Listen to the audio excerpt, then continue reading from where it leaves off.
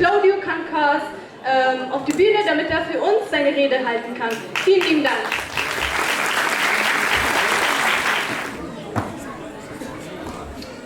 Good morning, everybody. Sorry if I will speak in English, but it's the only other language apart Italian that I understand. It is a great pleasure and a great honor for me to be here with you in this important celebration. My name is Klوديو Konkaas, and I am a research fellow and a PhD student at the University of Milan Bicocca. I met the first Hazara when I was only 13 years old, because my mother was working for a refugee home, and one day she introduced to me Mohammed, a 14 years old boy who had arrived in Italy only a few months before, after a long and suffering-filled journey that lasted almost 2 years.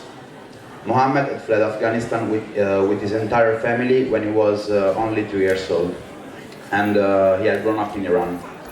I was very young and inexperienced, and it seemed absurd that a boy of that age could have traveled through 5 countries and 2 continents alone. Mohammed wasn't talking too much, but every time I saw him I was more and more curious. I wanted to know why he had to run away, what had led him to risk so much. I wanted to know where his family was. So one day I decided to ask him why he was in Italy alone. From that day on, year after year, Mohammed and I became like brothers. And when he returned to Afghanistan in 2016 to get married, he made me promise that I would study Afghanistan story and the Hazaras better, because he had been denied the right to study and to understand why his people were victims of a very violent ethnic discrimination. I was studying history in the university before, and I thought that Afghanistan was an interesting subject for my thesis. So I began to study the history of Afghanistan, but in many Western books there was no room for Hazaras and ethnic issues. It seems absurd to me. Why had Mohammed escaped? Why so many other Hazaras had to escape? I began to realize that if I really wanted to understand what was happening to Hazaras in Afghanistan, I would have to explore a little deeper and find other sources. First, I studied Prof. Niamatullah Ibrahimi's text, and after a long time I finally understood why Mohammed had to escape, risking so much. Because the Hazaras, since the founding of the Afghan monarchy, have been victims of ethnic discrimination, social marginalization, and political exclusion. So why did Western textbooks censor these stories? Why was there no mention in Italian books of the violence, for example, which Abdul Rahman Khan exterminated 60% of the Hazara population? Why was there not the description of how, over the course of the 20th century, discrimination became systemic and part of the structure of the Afghan state? And again, why were there no mention of genocide when the Afshar, Mazar-e Sharif and Yakablan massacres were recounted? The story of Hazaras was silenced and censored everywhere, in Afghanistan as in the West. It was in that moment that I thought, fine, then I can do it. In September 2022, I published Voices from Hazaristan. And I'm proud to say that it's the first text in Italian about Hazara and Hazaristan. A few months later, I started my PhD, a research project totally focused on the recognition of Hazara genocide. In 2023, I was awarded a research grant in the area of food security. And again, I was able to totally focus the project on the Hazaras. Currently, I'm dealing with the crimes of the Taliban and previous Afghan government in the distribution of food, which is almost diverted to their area. I am in the process of writing another book, a graphic novel, which will tell through the stories of 4 Hazaras about the genocide at 4 different moments in time. I have another big project.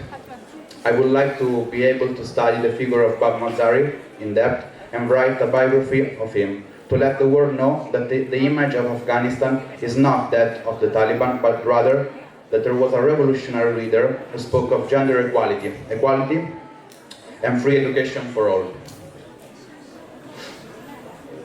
Over the years, I have the opportunity to meet a lot of Hazaras, to interview them and to know the stories. I have met amazing people who are in love with life despite everything they have to face. I have met underage boys and girls who face the unknown in order to build a different future for themselves and have a chance to study. I have met mothers and fathers of families who break their backs every day to create a better life than the one they had. I met powerful women who defy gender apartheid and would be perfect leader for any country.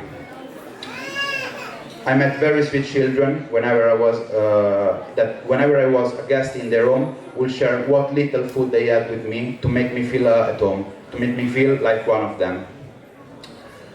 I have met a strong, combative, resilient people who do not bend the face of life's extreme challenges, who have learned to create joy and culture from bare rock and dust, who despite the fact that the world seems silent in the face of a genocide and discrimination, do not give up and continue to fight for truth and for justice, and for a peaceful life of participation and sociability.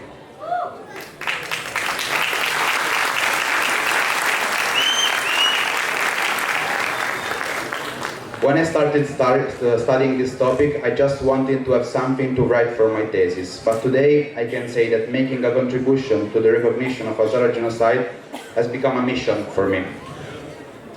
Because it is true that recognizing the genocide will not be able to bring back all the people who were massacred.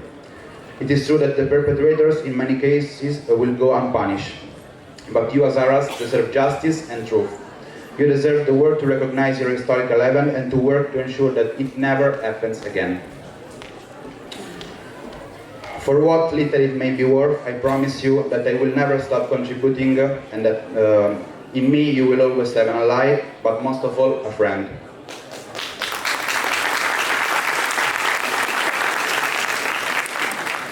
I owe it to Mohammed, to Ash, to Amin, to Sharbanu, to Madia, to Hussain, to Rulla, and to all my wonderful Hazara friends I met in this year.